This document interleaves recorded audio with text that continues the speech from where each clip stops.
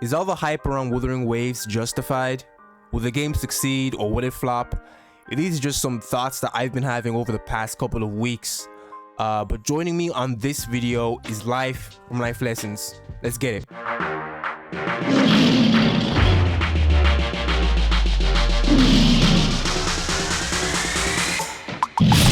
Welcome to the pinnacle of Gacha gaming on YouTube. What's your opinion on this? Do you think Wuthering Waves will actually succeed? Absolutely, without without a shadow of a doubt. To be honest with you, I think a lot of people need to understand what the word "succeed" actually means, though. Yeah. Because I talk about this all the time. Every game doesn't need to be Fortnite, and so in this scenario, we can get the elephant in the room out of the way. Genshin. Yeah. In this scenario, Genshin is Fortnite. But every game does not need to be Fortnite. Like Call of Duty, Valorant, Apex Legends, all three of those games exist and are thriving, right? Yeah. Overwatch, what have you. So just because you're not Fortnite doesn't mean you're not a successful game. And in the same way, just because, truth be told, who knows? Maybe Wuthering Waves eclipses Genshin. Maybe not in the first year, maybe in 3 years. But regardless of whether it does or doesn't, that doesn't mean it won't be a successful game.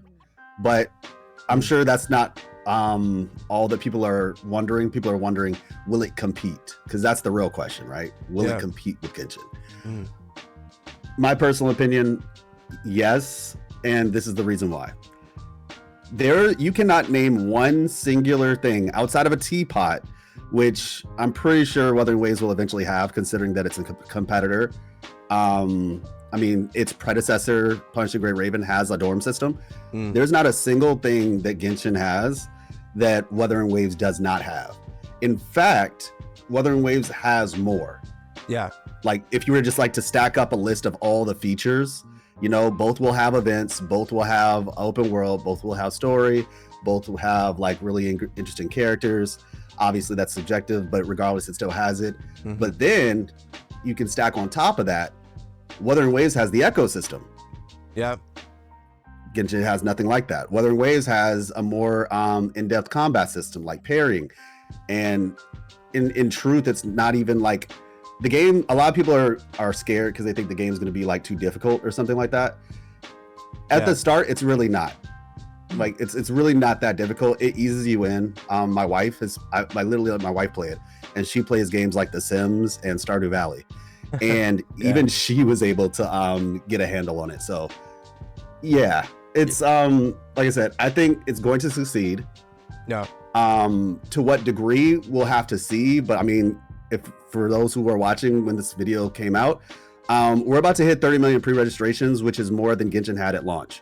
Yep. So like, I'm sorry, but that's kind of hard to argue with those numbers. Yeah, and to touch on some of the things that you were talking about, firstly, the ecosystem.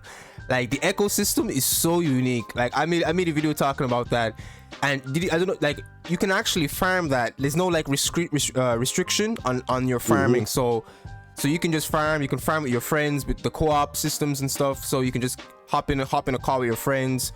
Squad up, go into your world, start farming echoes. And like I like that, because in the majority of the gacha games that I've played, there's always a limit, like a ticket system, where like you can only go 5 times a day to grind for gear. But they're giving you the freedom to just freely farm that. So that's really cool. And also you were talking about how some people are scared about the game being difficult and stuff. Like, it's super casual.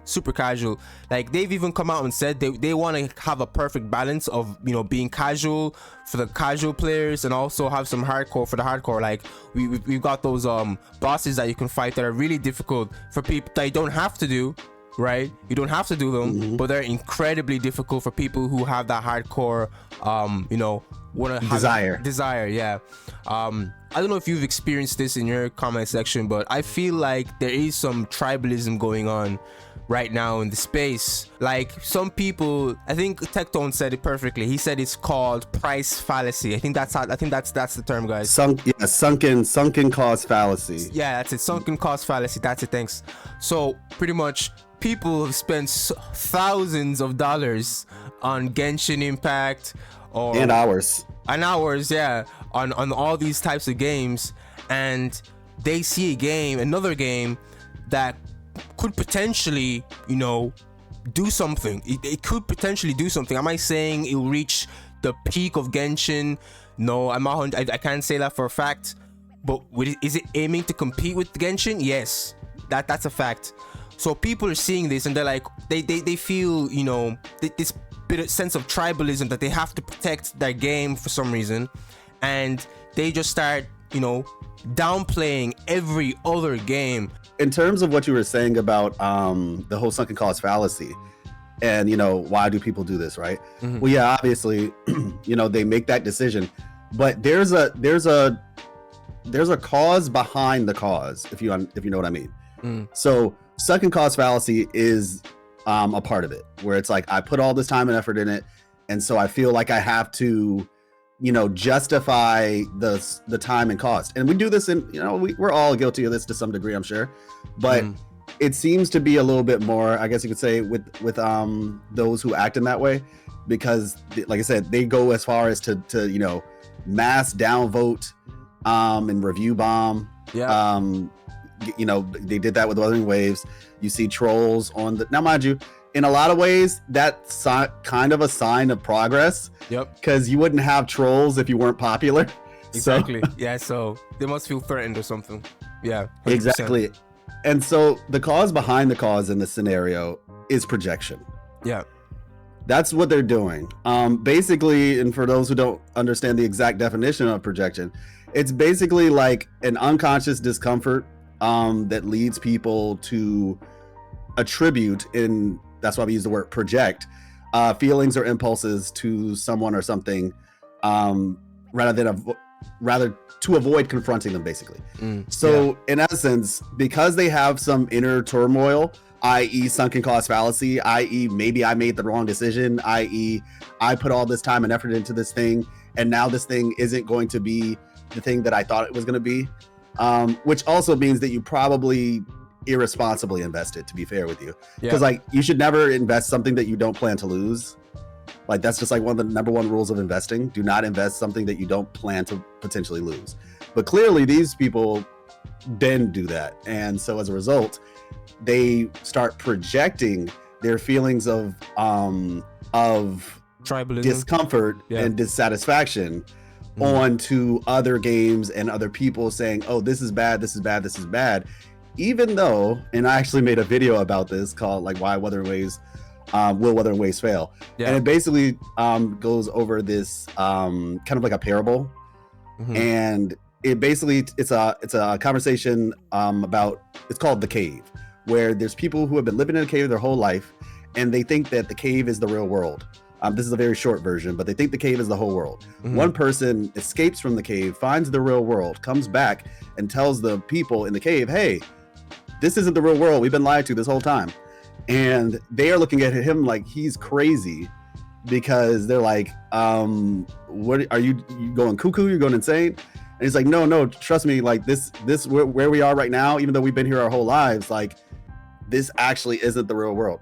And so I use that a lot of times when I'm discussing people who have never even tried the game, because they think they know what the real world, i.e. they think they know what Wuthering Waves is actually like. But they think that Wuthering Waves is just going to be just like the other games that came before, because, it's got an anime style, so therefore it's an exact copy of all these other games. That's so stupid. Like, every game is copying another game. Like, it's I don't understand why people make that weak argument that Wuthering Waves is just a copy of Genshin. It's like, no. Do you know how many games Genshin copied off of? For example, Breath of the Wild, for example, they copied off of that, but no one said anything with that. So like, it's they pick and choose when they want to use that argument. This is just a copy of this, but they don't know their game Genshin is a copy of like hundreds of other games that came out before that. And I don't understand what's wrong with competition. Like, why must Genshin be the number one game till the end of time? Like, wouldn't competition do good for the game? Like, wouldn't competition make Genshin better? It's funny you say that, and it really comes down to two things, I would say. And these really, because we're asking, let's be honest here, we're asking questions about people. And so whenever we ask questions about people, the thing that you have to really take into consideration is mindset of people, the psychology of people. And what we're seeing here is, like I said, two things. One being superiority complexes. Yeah. Because they just they feel the need to be superior. But the other part is, I guess you could, I don't know if coping is the right word, like a coping mechanism. But basically, this is like I said, this is true in our own daily lives. People prefer comfort over progress. Yeah. Because progress requires discomfort. Like so as you well know, I had a very unfortunate situation happen with my channel. Yeah. My channel got deleted due to a technical error on YouTube's part, and because my channel isn't big enough, they said, yeah, they just not their problem. So as a result, it's been pretty rough. We're trying to get back, to where we were. Yeah. Hopefully beyond that. But somebody said something in my comments, and I really appreciate it. They said an arrow needs to be pulled back before it can fly. Yeah. And in essence, I take that to attribute to this scenario. People prefer comfort over progress. Yeah. But if you want to progress, you have to, like I said in that scenario, be pulled back so that, like, that's how we all work. We see other people doing better than us, so forth, so on.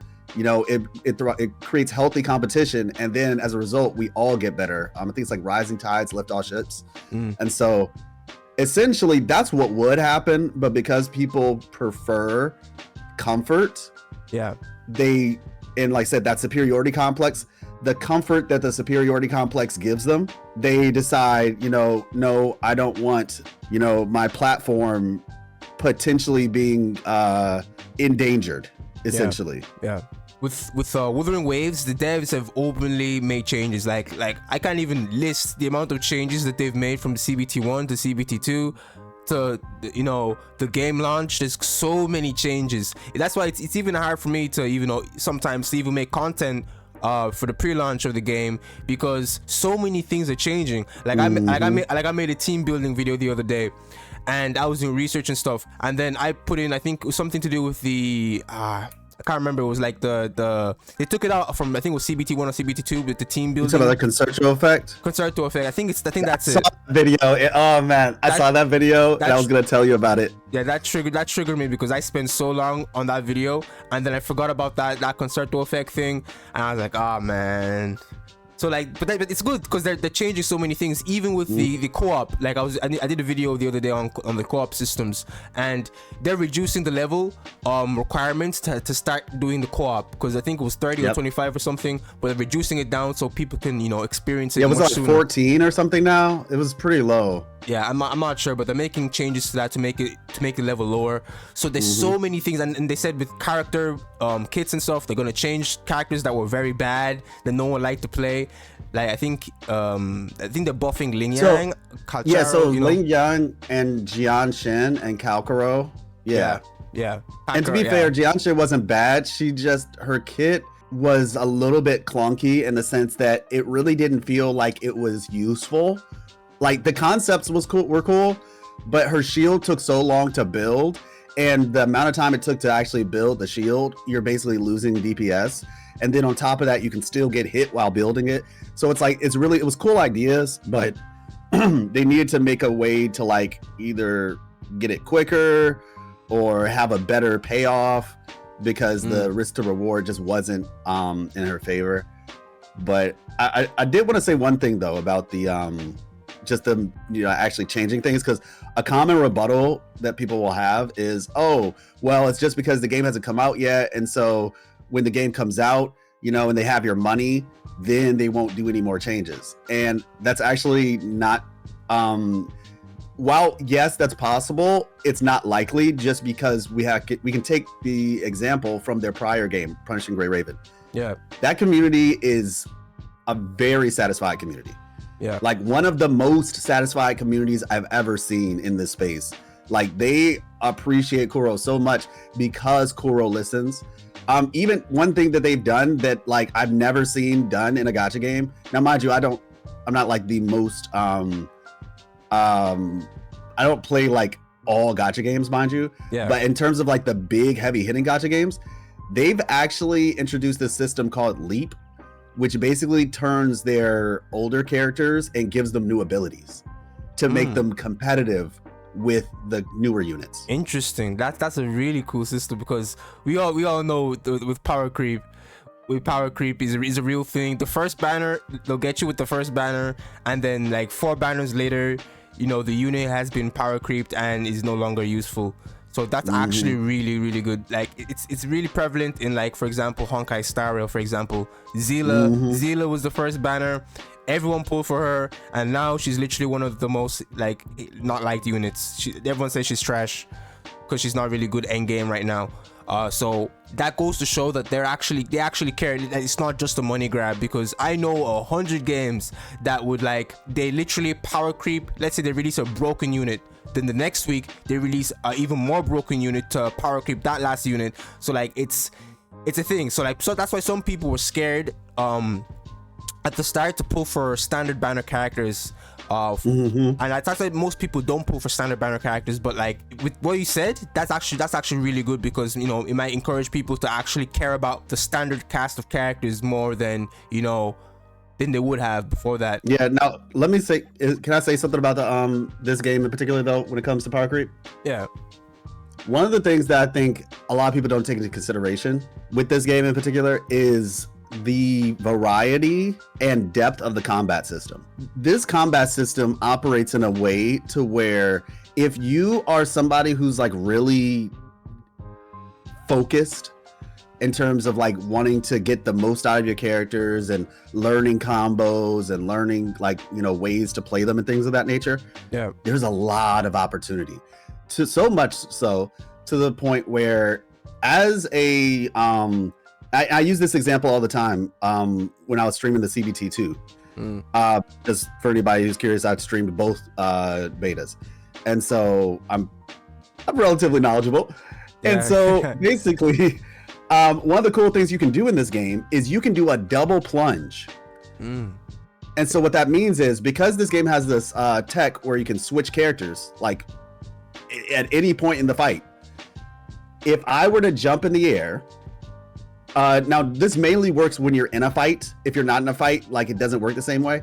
But if you're in a fight, if you jump in the air and then you plunge and then switch characters as soon as you hit the plunge while you're in the air still, you can then bring out your second character and then hit plunge again, and then both of your characters plunge at the same time. What is the relevance of that? The relevance means I just doubled my plunge damage. Yeah. By like, you see where I'm coming from? So like, you could say, oh, you know, my character does more damage than yours. Yeah, but I can get more damage out of my character than just what the base kit looks like. Yeah. And that's one of the things you really don't see in a lot of the I'm just being honest, like, you know, in Genshin, for example, you're kind of stuck. Now, mind you, obviously I do know that there are different ways to maximize your damage. Yeah. But as I said earlier in this conversation, there's ways to maximize your damage in Wuthering Waves, just based on, you know, making sure that you position yourself properly in the, you know, the abyss. And this, for Wuthering Waves, is Tower of Adversity. It's like a tower system where you fight harder and harder enemies. So yeah, you can position yourself in a good way to where you can get AoE damage, and you can, like, you know, do, you know, some animation cancel sort of situations. But on top of that, you can actually do real combos. Like some of the combos, I don't know if you've seen, but some of the combos that I've seen coming out of the Chinese community, and there probably are some on the Western side too. I just hadn't seen them yet, but they are crazy. Yeah. Like airtime for days. Like it's awesome. This is definitely a skill-based game. Like, it's not difficult, but it's definitely skill-based for the hard stuff. Like the hardcore stuff, it's definitely skill-based. But for like we said earlier, it's really casual. Like the story, the majority of it is super casual, but the hardcore modes are there for those who want to be challenged. Exactly. You know, learn how to master a character, you know, learn how to be really good with a character. Like, that's, like, for me, for example, the way I'm going to approach this game is I'm just going to pull for my favorite characters, master my favorite characters, and that's it. Because once I've mastered my favorite characters, I don't really need to master other characters, if you get what I'm saying. So, no, I feel you. So yeah, I mean, for me, I'm probably gonna, so my goal is to try to get all the characters. just for like content stuff. But in general, yeah, you're definitely gonna get a lot of life out of your characters, because the reality is the developers I'm pretty sure they're not gonna balance the game around super hardcore players. That doesn't make any sense in reality. Yeah. They're going to balance the game around the average player, and the average player will probably be maybe they're going to be a hardcore echo grinder, because, got to catch them all Pokemon stuff, or whatever. But in terms of like hardcore, in terms of combat, it doesn't really make sense for the developers to balance the game around that.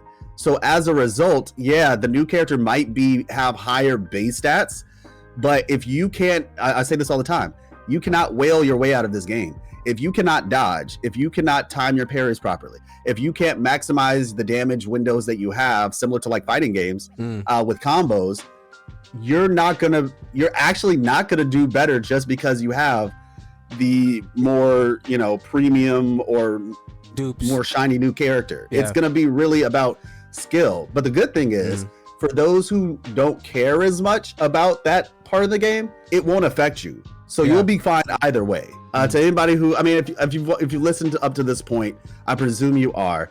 But even to those who maybe that I would just say, give the game, tell them to give the game a try. Not to like, judge it, off the bat, preemptively just because of what they've heard, but to actually give the game a try. I will say personally, for me, this game is what I've been waiting for. I think a lot of us who play Genshin were kind of hoping that it was something that it just wasn't. And it was just one of those things where like I had to accept Genshin for what it was, not for what I wanted it to be. And this game in particular for me was actually what I wanted it to be. So like I said, I would say give the game a try. Lastly, I would just say, if you don't mind, I'll just, shout out my channel real quick. Yeah, no problem. Life Lessons NCNL. I cover lore, story, and gameplay. Feel free to come through, stream as well, and YouTube and Twitch. So yeah, all in all, I'm looking forward and excited to this awesome community, awesome creators like THEONE.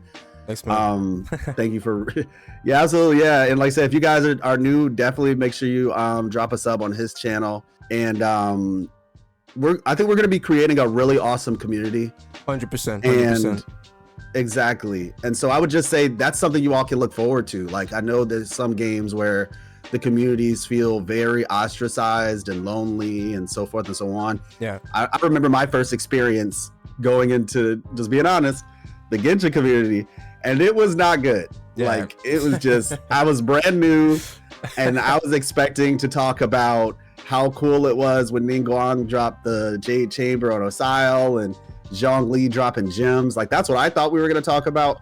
I got in there, and it felt like half the conversations had nothing to do with the game. Yeah. And it was just arguments. Yep. And so I can guarantee you, if you're looking for a place to be, Wuthering Waves is going to have a solid community. Like, will there be drama? Yes, there's always drama because, that's what happens with big games. But there will be places where you can go, where you can just chill out, enjoy the game with some cool people.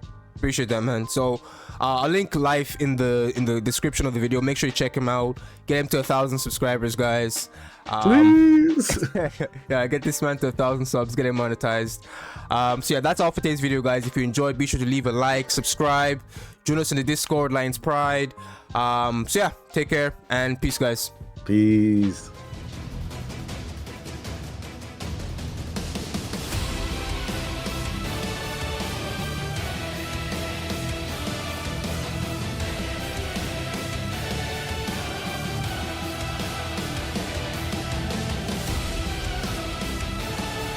This is Escanor, the Lion Sin of Pride from 7 Deadly Sins.